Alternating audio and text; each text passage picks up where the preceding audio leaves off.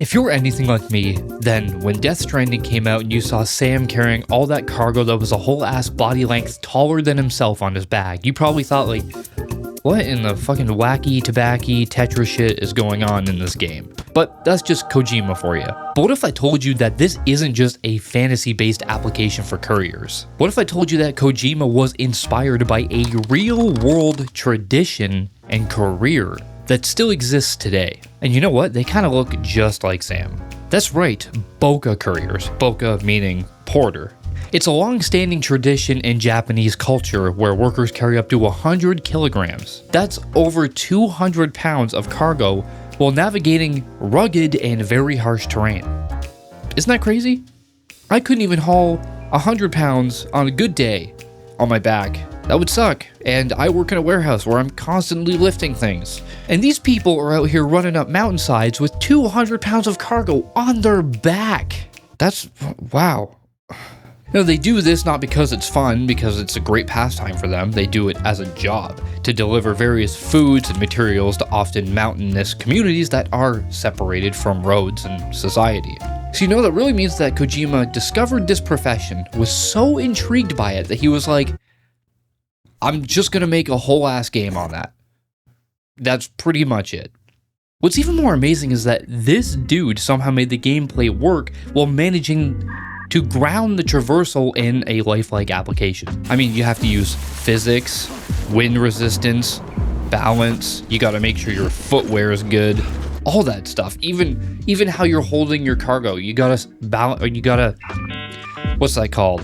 You gotta maintain your center of gravity by tucking your arms in. These are all real things that these real-life heroes have to contend with. Now, obviously, Kojima stepped in, was like, yeah, we're gonna do this, but also we're gonna throw floating babies in tubes, we're gonna have blood grenades, you're gonna be able to piss and grow holographic mushrooms. Like, this dude opened Pandora's box and was like, this game is me now. I mean, hell, you even have Mads Mikkelsen just doing Mads Mikkelsen things. But the core concept of it all, it's weirdly respectful and honestly pretty badass. But it strikes way deeper than just sharing and representing a culturally different career. While Death Stranding's timefall drenches this weird sci-fi shit that's going on in the world, like umbilical cords, urine grenades, and messed up monsters with hand feet, it's really a game about connection at the end of the day. It's about Sam carrying a burden he doesn't even really want to carry to help people in need. These real-world couriers don't get magic thumbs-up likes to satiate their Western palates and, you know, get a pat on the back like they're doing a really good job. They don't get any of that. No one's giving them cool blood grenades and exoskeletons for delivering everything intact. But they still do it, hauling big crates of food, medicine, and other supplies up makeshift paths to people that they may never even see the impact of these supplies on them. It's pretty selfless. That's literally what Sam does in the game, though. You carry the packages because people need them. Well, and because we want a good porter grade. That's another good reason why we do that in the game. Porter grades are everything.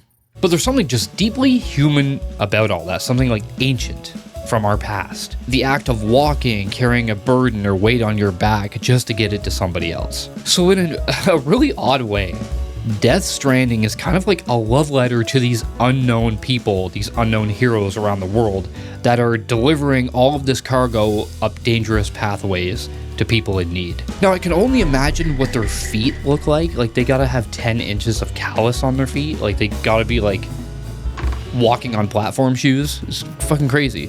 But it would be really interesting to meet one of these people, see what their journey is like, but then also sit them down to play this game and see how this game differs from, or, you know, how grounded it is in reality compared to their career. I mean, I'm sure they wouldn't want to play the game, like, they do this for a fucking living, they're not going to want to sit down and play the game. That'd be like me playing a forklift simulator.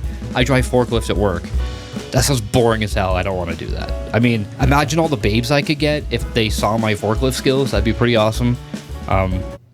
Don't tell my wife that. I just said that. But I just wanted to make a video on this because it's so fascinating that this is actually a culturally significant job. Because, you know, in Japan, so many communities are spread out across the region that aren't connected by roads, that are separated from the rest of society. So this stuff's really cool that we have a game like that, and I'm currently playing through Death Stranding right now. You can expect another video on that later. I have some things to say about it that I'm sure a lot of people are going to want to hear. But yeah, I just thought this would be a fun video. So, you know, if you want to like and sub, if you like me, the video, please like me. That'd be great. That'd be awesome. That's the end of the video. Get out of here. Yo!